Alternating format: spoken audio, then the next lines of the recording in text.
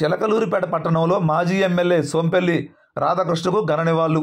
ఇక పూర్తి సమాచారం మేరకు చిలకలూరిపేట మాజీ ఎమ్మెల్యే సోంపెల్లి సాంబయ్య 25వ వర్ధంతి సందర్భంగా కాంగ్రెస్ పార్టీ ఆధ్వర్యంలో నివాళులర్పించారు.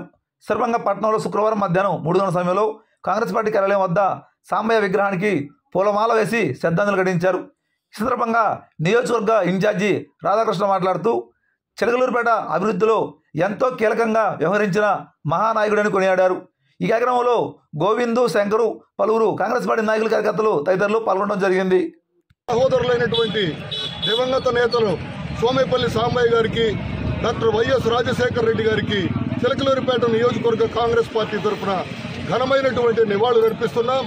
సోమేపల్లి సాంబయ్య గారు చిలకలూరిపేట నియోజకవర్గంలో జరిగినటువంటి అభివృద్ధిలో అత్యంత కీలక పాత్ర పోషించినటువంటి మహానాయకులైన సోమేపల్లి సాంబయ్య గారు చిలకలూరిపేట నియోజకవర్గానికే కాదు, ఆంధ్రప్రదేశ్ రాష్ట్రానికే ఒక నూతన పథకాన్ని తీసుకొచ్చి అన్నదాతల హృదయాలలో శాశ్వత సుస్థిరమైనటువంటి స్థానాన్ని సంపాదించుకున్నటువంటి నాయకులు.